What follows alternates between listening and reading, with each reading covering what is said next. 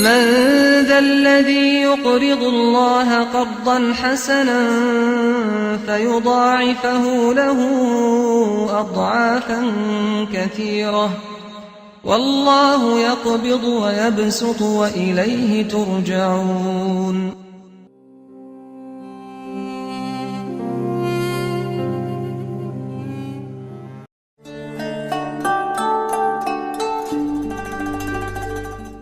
بەناوی خوای بەخشندەی میهرەبان بەرنامەی بەخشین پردەی گەیاندنی هەژار و دەوڵەمەندەکانە لە هەرێمی کوردستان بە هاوکاری و کۆمەچەکانی ئێوە بە دەستگیری و بەخشندەی ئێوە سات لە دوای سات و ڕۆژە دوای ڕۆژ و هەموو سات و کاتێک ئێوە بوونەتە پشت و پەنای هەژاران و نەداران و لە ڕێگەی بەرنامەی بەخشینەوە دڵی هەزاران خانەوادەی خاوەن پێداویستی تایبەت و منداڵی بێ باوک و هەژار و نەدارەکانتان لە هەرێمی کوردستان خۆش کردووە. بەرنامەی بەخشین بە هاوکارەکانی ئێوە لە چەندین پرۆژەدا خزمەتی خەڵکانێکی هەژار و نەدار و خاوەن پێداویستی تایبەت دەکات لە هەرێمی کوردستان. بەرنامەی بەخشین ئەمڕۆ لە یەکێتی نابینایانی کوردستان لە شاری سلێمانی 100 خانەوادەی نابینا بەسەر دەکاتەوە و دیاریان بەسەر دابەش دەکات بە هاوکارەکانی ئێوە دڵیان خۆش دەکات. ئومێد دەکەین هاوکارەکانی ئێوە بەردەوام بێ بۆ ئەوەی ئێمەش بتوانین دڵی خانەوادە هەژار و نەدارەکان خۆش بکەین. چەند ساتێک لەگەڵمان بن با بزانین ئەو خاوەن پێداویستی تایبەتانە و نابینانە تا چەند دڵخۆشن بە هاوکاری و دیاریەکانی ئێوەی بەخشندە و ئازیز و بەڕێز.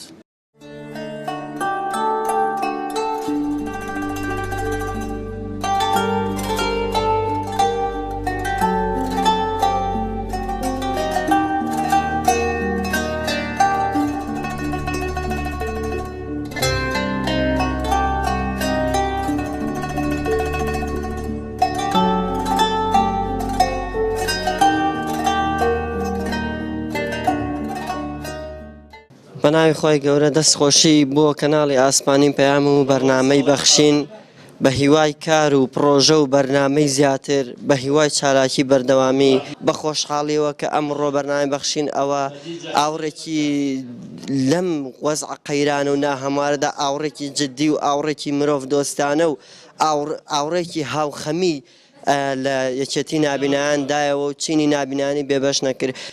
جێی خۆیەتی سپاسی بەرنامەی بەخشین بکەین، سپاسی خێرخوازان بکەین کە هاوکاری بەخشینەکەن، بەخشینیش کە هاوکاری ئێمەکە و ئەبەخشێت.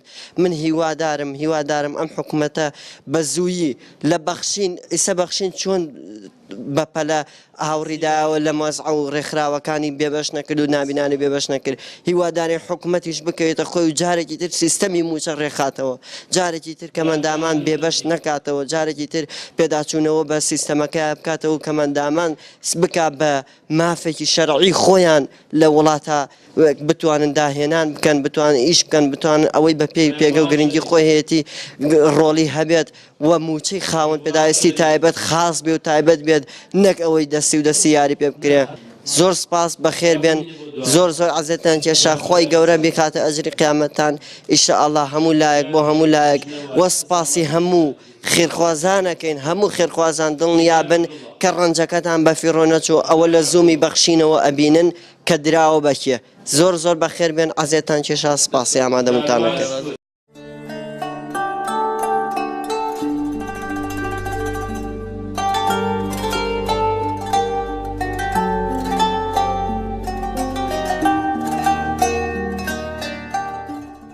لە ڕاستیە هاتنی ئەم بەرنامەیە نەریتێکی زۆر گەورە و جوان و ڕێز لە گیراوە لای ئێمە چکە ساڵانە بەسەرمانەکاتەوە. خۆتانەزانن ئێستا قەیرانێکی دارایی سەخت ڕوبەڕووی خەڵکی کوردستان بۆتەوە و بە تایبەتیش نابینایان و کەم ئەندامانی تێکەوتووە بە دووجار، چونکە کەمترین نابینا و کەم ئەندامی ئێمە خاوەن موچە و خاوەن پارەی خۆیەتی، ئەوەشی کە خاوەنێتی ئەم ساڵ هەمویان کرد بە 4 مانگ جارێک و 5 مانگ جارێک و نیوە و کەمتریش لەبەر معاناتی کەم ئەندامان لەگەڵ خەڵکی تراو بە بەراورد ئەتوانم بڵێم 2 قات و 3 قاتە. بەرنامەی بەخشین کارێکی زۆر گەورە و گرنگ و پرۆژەیەکی یەکجار جوانی دەست پێ کردووە لەوەی کە هەڵقەی وەسڵە لە نێوان سەرمایەداران و خەڵکانی خاوەن پارە و ویژدان و بۆ ئەو کەمەندامانشی کە پێویستیان بە و بڕە پارەیەک لە ڕێی ئەم بەرنامەیە و ئێوە ئەمڕۆ ئەتوانم بڵێم بە هەر بڕێک ماڵی کەسێکتان ناوەدان کردوتەوە. هیوادارم کە سەرکەوتوو بن لە کارەکانتان و بتوانن درێژە بەم جۆرە پرۆژانە بدەن و دڵنیام کە نزای هەموو کەمەندامانتان بۆ دێ لەبەرەوەی کە ئێوە لەم دۆخە خراپەیە پشتیوانیانەکەن وەکووتم بۆ بڕێ کە ئەمڕۆ ئەیانگەێنە دەستیان ماڵێک ئاوادانەکەنەوە جابزانە چەند ماڵتان ئاوادان کردوتەوە. هیوادارم کە تەمەنی خۆتان و ئەم پرۆژێش درێژ بێ. زۆر سپاس بە هاتنتان. بەخشین خێرخوازانی خۆشەویست لە ڕێگەی ئەم ژمارە تەلەفۆنانەوە دەتوانن پەیوەندیمان پێوە بکەن و ببەخشن تا بەخشین بەردەوام بێ. بەخشین 0 961 11 0 965 0 723 25 55. لێرەوە دەستخۆشی زۆری خۆم ئەگەێنمە بەرنامەی بەخشین دەستخۆشی لە خێرخوازانی خۆشەویستەکەم کەوا هەمیشە هاوکاری نابینایانن. بەداخەوە ئێستا خاوەن پێداویستی تایبەت لە ڕەوشێکی ناهەمواردا گوزەرێ لە هەرێمی کوردستان. تەبعان ماوەی 300 ڕۆژ زیاتریش ئێمە موچەمان وەرنەگرتووە. بەداخەوە دوای بەداخەوە موچەکەمان کەم کراتەوە بڕێکی زۆر کەم کە بەڕاستی بەشی هیچ شتێک ناکە، بەش هی پێداویستی ناکە کە ئەمە گەورەترین کارەساتە لەم هەرێمە کە ئەخۆقێ کە بەداخەوە دەسەبرێ بۆ قوتی خاوەن پێداویستی تایبەت و کەمەندام و فەقیر و هەژار. من لێرەوە ناوەم داواکاری لە حکومەت دەکەم چونکە بەڕاستی هەرێمەکەمان ڕوبەڕووی قەیران بۆتەوە، بەڵکو داواکاری لە خێرخوازانەکەم هاوکاری هەمیشەی نابینایە بن و پشتیوانی نابینایە بن، چونکە پشتیوانیکردنی نابینایان ئەرکێکی زۆر پیرۆزە لە ئاینی پیرۆزی ئیسلامە و ئەرکێکی مرۆڤایەتیشە و لێرە شەوجارێکی تر دەستخۆشییان لێکەم و هیواز سەرکەوتنی زیاتر و بەردەوامی زیاتریان بۆ خوازم. یاخوا بەخێرن بۆیکەتی نابینانی کوردستان بەخێرمە بەڕای بەخشین خوا هەر بێم زەڕەت من خوا لەشتان ساغ بێ. بەڕاستی هاوکاریەکەتان جێ تەقدیر و سپاسە. هاوکاری ئێمەتان کرد، ئێمەتان لەبیر بوو. یاخوا بەخێر لەسەر چاو خوا هەموو کاتێ هەل لە خزمەتی یەکێتی نابینانی کوردستان بن بە کۆی گشتی. یاخوا بەخێر بەسەر چاو زۆر سپاستانەکەم. یاخوا بەخێر بەر وڵێتر ئاوە لە ماڵۆم چی بکەم دەسەڵات نییە خوارم دەیەوە 50,000 بیان بەچی بیان بەچی جلی پێ بکڕم بیان بە خواردن. یاخوا بەخێرن بەرنامەکەتان پێخۆشحاڵی باتنتان. هیوادارم هەموو کاتێ یارمەتی چین و هەژار و فەقیر و داما بن. پێخۆشحاڵم باتنتان. یاخوا بەخێر بن پێخۆشحاڵم.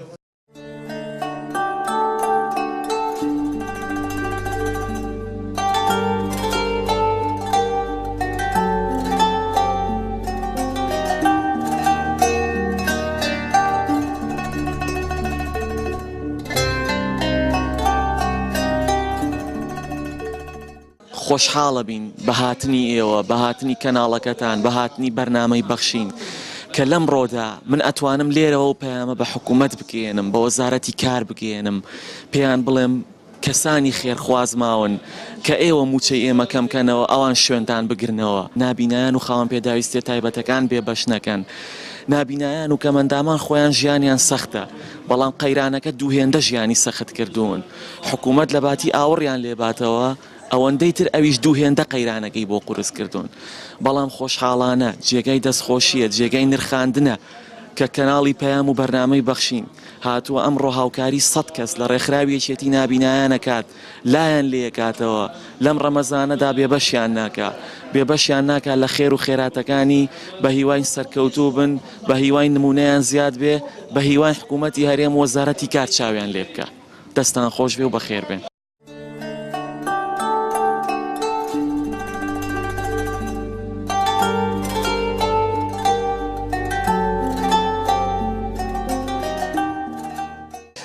سپاس بۆ کەناڵی ئاسمانی پەیام، سپاس بۆ جەنابتان. یەکێتی نابینایانی کوردستان و سەرجەم خاوەن پێداویستیە تایبەتەکان لە هەرێمی کوردستان جێگەی داخە بەم قەیرانەی بەم وەزعی کە ناویان لێناوە قەیران حکوومەتی هەرێمی کوردستان بەڕاستی وەزعی خاوەن پێداویستی تایبەتیان خستە بار و گوزەرانێک کە زۆر لە وەزعێکی ناڕەحەت ناشایستە ژین زۆر پێویستیان بە هاوکاری و بە یارمەتیدان و پشتیوانی ئەم لەولایە. جێگەی داخە حکوومەتی هەرێمی کوردستان لە ساڵانی پێشوو کە ئێمە 150,000 دینارمان هەبوو کە 150,000 دینار هیچ گۆڕانێک لە ژیانی هیچ مرۆڤایەتیەک دروست ناکە بۆ مانگێک، بەڵام بۆ ڕۆژەکە گەری هەیە، بۆ دوو ڕۆژە گەری هەیە.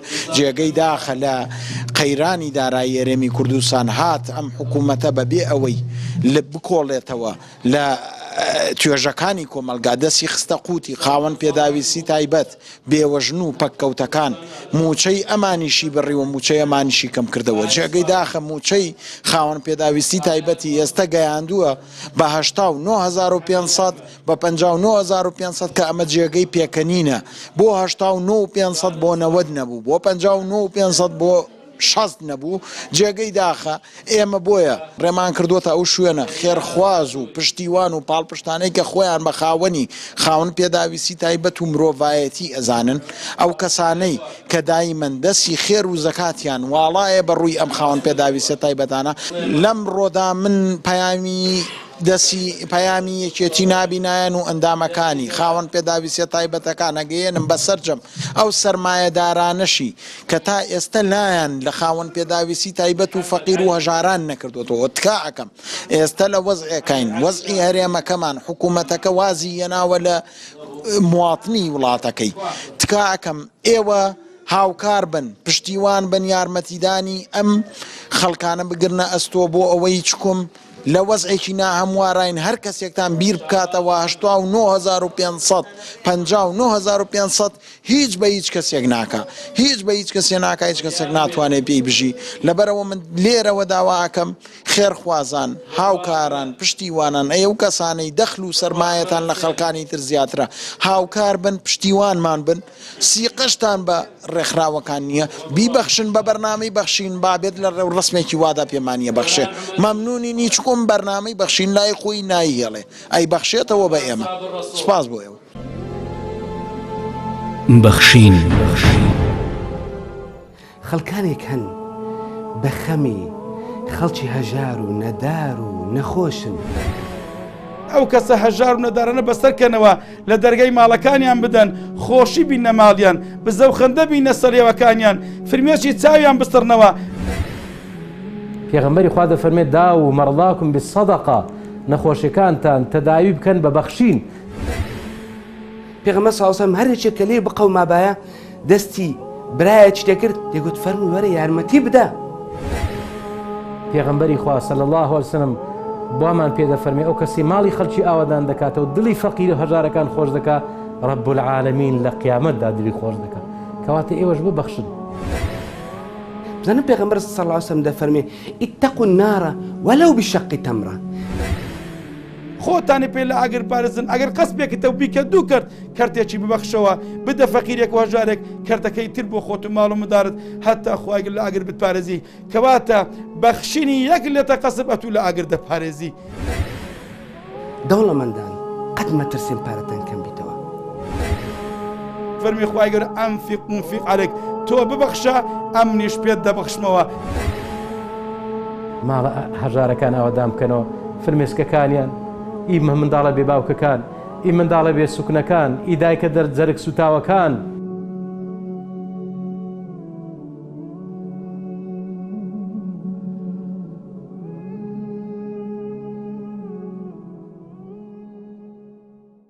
بسم الله الرحمن الرحيم. سپاسی خوای گەورە ئەکەین کە بە خۆشحاڵی و ئەم ڕۆژتوانیمان بەشێکی تر لە پرۆژەکانی بەرنامەی بەخشین جێبەجێ بکەین لە بینایی یەکێتی نابینایانی کوردستان لە سلێمانی کە زیاد لە 100 نابینامان بەسەر کردوێتەوە و یەکی بە مەبلەغی 100,000 دینار یارمەتیمان داون، چونکە ئێمە لە بەرنامەکانی ئەم ساڵمان بۆ مانگی ڕەمەزانی پیرۆز لە پرۆژەکانمانە بڕیارمان داوە کە زیاتر لە 600 کەم ئەندام بە هەرسێ بەشەکەیەوە کەم ئەندام بەنگشتی و نابینا و کورتەباڵا لێرە و لە هەولێر کۆمەکی بکەین. ئەمڕۆ بە خۆشحاڵیەوە هی سلێمانیمان جێبەجێ کرد، داوای دوعای خێرەکەین بۆ خێرەومەندان و دەوڵەمەندانی شارەکەمان و وڵاتەکەمان و هەرێمەکەمان کە زیاتر و زۆرتر ئینشاءڵڵا دەستکراوە بن، ئێمەش زیاتر بتوانین هەموو چین و توێژەکانی ناو کۆمەلگای کوردەواری ئەوەی کە پێویستی بە یارمەتی و دەستگیرۆی هەیە یارمەتیان بین ئینشاءالله. گرفتی کەم ئەندام بەگشتی ئەوەیە کە 300 ڕۆژێک معاشیان وەرنەگرتووە، دوایش کە معاشیان وەرگرتووە لە 150,000 و معاشەکان کراوە بە 89,000 دینار کە ئەوە بەڕاستی جێگەی تەئەسف و نیگەرانیە زۆر بۆ دەسەڵاتێکە دەست خاتە بینە قاقای کەسانێکەوە ناتوان بژێوی ژیان و قوتی ئێوارەی خۆیان پیا بکەن لە 150,000ەوە معاشەکەی بێنتە سەر 89,000 کە زۆر پیانەوە دیارەوە زۆر نیگەرانن و زۆر دڵگرانن و گەشتۆتە ئاستێک لەوانەیە هەرێکێکیان ڕۆژانە چەنەها جار دوعا لەو دەسەڵاتە بکە بۆیە ئومێد دەکەین ئینشاءالله ئەو نەهامەتی و ئەو گەندەڵیە و ئەو دەستخستنە بینە قاقای ئەو میلەتە ئیتر لە سندورێکا بوەسێ بە لەوە زیاتر میلەتەکەشمان و ئەزمونەکەشمان لەکەدار نەبێت.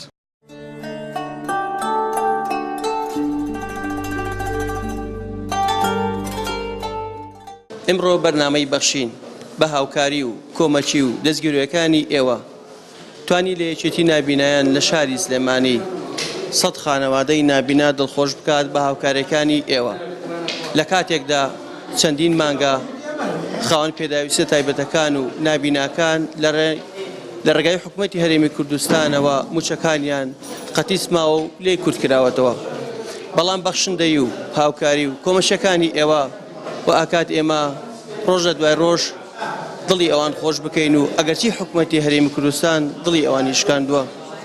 بۆی پێتان ئەڵێین هەر کات بەخشیتان بیری ئەوەتان بێت ئاوا 100 خانەوادەی هەژار 100 منداڵی بێبا و 100 خاوەن پێداویستی تایبەت دڵی خۆشە بێ و ماڵی ئاوادان ئەبێ و بەشێک لە مەینەتی و ناڕەحەتەکانی ژیانی پڕ دەکەینەوە.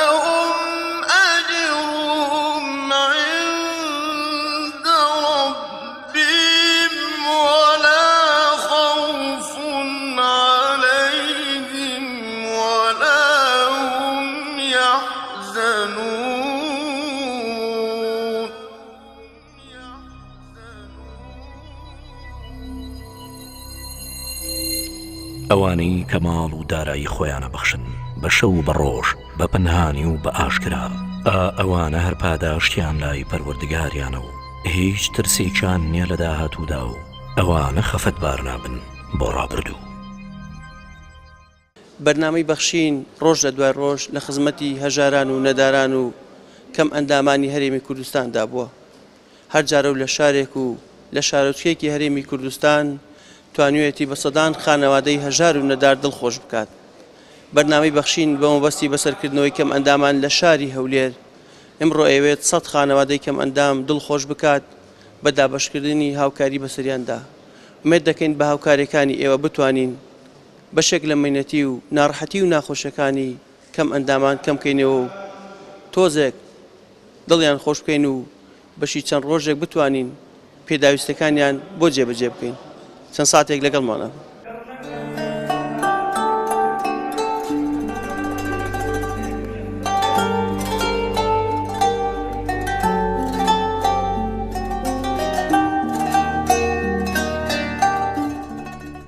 پێشەچی بە خێراتنی بەرنامەی بەخشین دەکەم لە ڕۆژێکی ئەوهادا کە کەم ئەندام ئازاری زۆرە و وەزعی معیشی تەواو نییە و هەروەها لەسەر ئەوەی کە وەزعی خۆی تەواو وەزعی معیشی تەواو نییە و موچەشی کەم کرایتەوە زۆر بەداخەوە. لێرەدا من دەستخۆشی بەڕاستی و خەخێری بەرنامەی بەخشین بنووسیتن کە ئەوڕۆ هاتن بەهانای کۆمەڵی ژین هاتن هاوکاریەکی تێر و تەسەند بە کەم ئەندام 100 کەم ئەندامی گەیاند.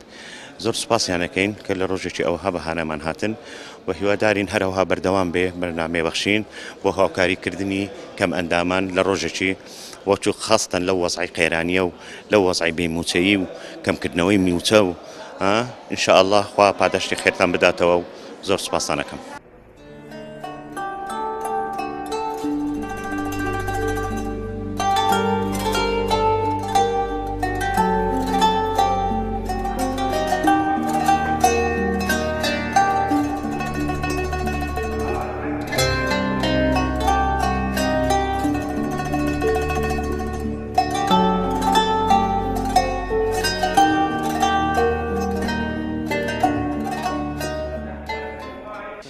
بەخێر هاتنتان دەکەم بەخێر بێن سەرچاوان خۆشحاڵم ئەو هاوکاریەتان گەیاندا کەم ئەندامان موچەی کەم ئەندامان 150,000 کە کەمترین موچەیە لە هەموو بابلین چینەکان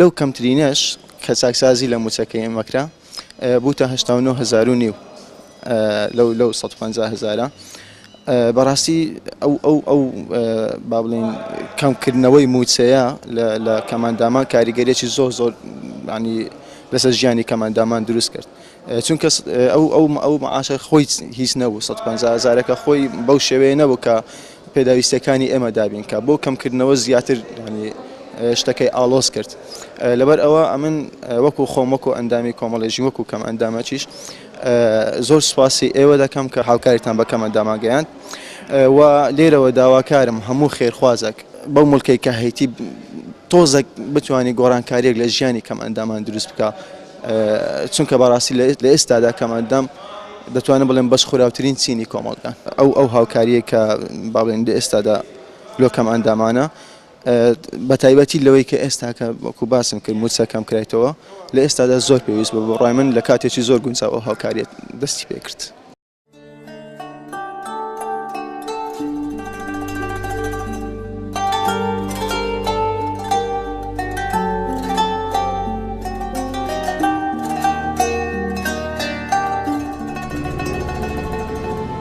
بەخشین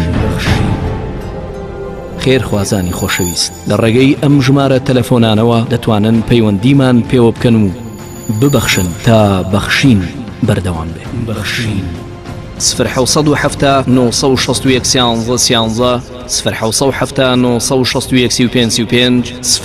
0 723 25 55.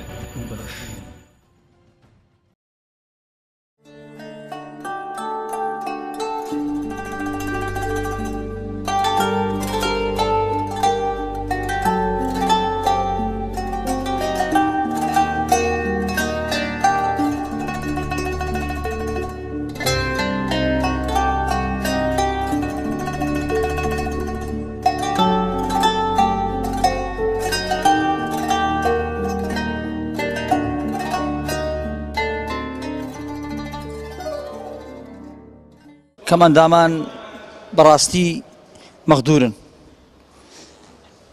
ئێستا کە نومانگ دەبێ ئەمە پارەمان لە لای حکوومەتی کەم ئەندامان کەسی گوتن ساکسازی لێ دەکەین کەم ئەندامان ئەلعانەکە زۆر بار و گوزەرێنان خراپە بەڕاستی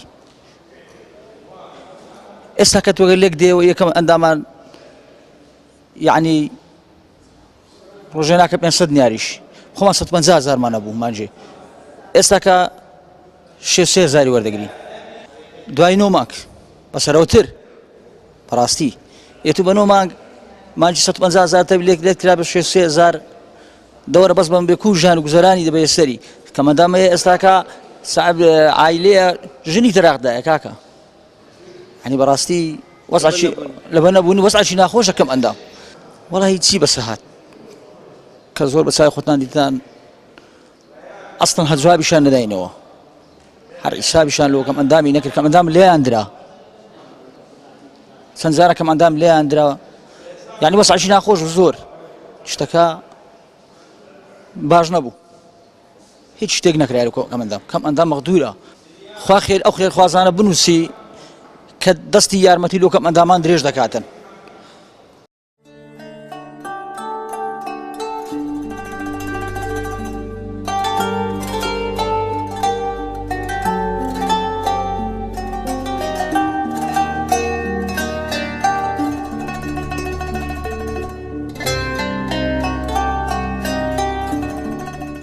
بەڕاستی ئەوەی کە ئەمڕۆ لە کوردستاندا کەم ئەندامان تیا دەژین یعنی ژیانێکە دەتوانم بڵێم ینی بەو شێوازانیەکە وەکو شایستە بە مرۆڤ بیتن بەداخەوە کۆی گشتی ئەو نەهامەتیانی ئەو ڕۆکە کە کەمەندامان تێدا دەژین من وەکو سەرۆکی کۆمەڵەکە لە نزیکەوە ئاگادارم کۆی گشتی حکوومەتی هەرێم تێدا بەرپرسیارە بە دەرەجەی یەک ئینجا کۆمەلگا ئینجا دەوروبەر و ژینگەکەش بە دەرەجی پێوانەی لێرکانەدا من بەناوی خۆم بەناوی ئەندامانی کۆمەڵی ژین ئەو ڕۆکەکەوا لێرکانە توانیتانە بەرنامەی بەخشین توانوێتی هاوکاریشی بەرچاو بگەێنێتە ئەو کەم ئەندامانە کە ڕێژێکی باشە ئەمەیان بەڕاستی مای دڵخۆشی وانە و مای دڵخۆشی ئێمەشە سوپاس و پێزانینێکی بێپایانم بۆ کۆی گشتی ئەو کەسانەی کەوە بووینە هۆکارکەوە ئەو هاوکاریە بگاتە ئەو کەمەندامانە و دوعای خێریش بە ئەو کەسانە دەکەم کەوە کەسانی خوا پێداون هیوادارم نمونیان زیاد بیتن داوایان لێ دەکەم ئەوە نە یەکەم جاریان بی و نە دوات جاریشیان بیتن چونکە بەڕاستی بەداخەوە کە ئەو شەیە لێرکانە دەڵێم ئەو ڕەکە وای لێ هاتێک کەم ئەندامان یعنی ئەرچیان کەتە سەر خەڵکانی خواپێدا خێرخواز و کەسانی کە لە زیاتیەوەی کە حکوومەت ئەرچیان لە ئەستۆ بگریتن زۆر بەداخەوە کە ئەو قسەیە دەکەم نابی کەم ئەندام ئەرچ بکەوتە سەر کۆمەلگا دەبی حکوومەت لە ئەستۆی بگریتن بۆیە دووبارە سوپاسمان دەکەم.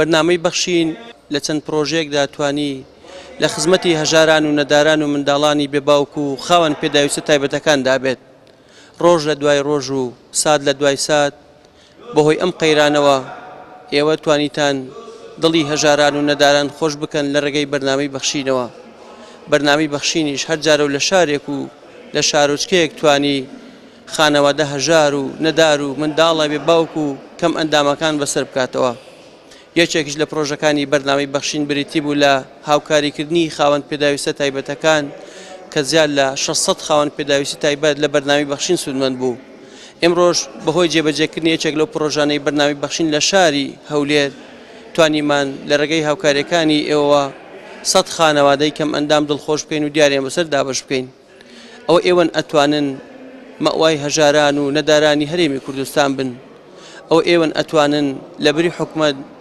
دڵنەوایی و دڵخۆشی هەژاران و نەداران بکەن ئەو ئێوەن ئەتوانن لە بری نەدانی موچەی حکومەت ئێوە بەشێک لە مەینەتی و ناڕەحەتی و ناخۆشەکانی ژیانیان بۆ پڕکەنەوە تا بەرنامەیەکتر پێتان شاد دەبینە بەخوای پەروەردگارتان ئەسپێرین وەسەلام عەلەیکوم وەڕەحمەتوڵڵاهی وبەڕەکاتوه.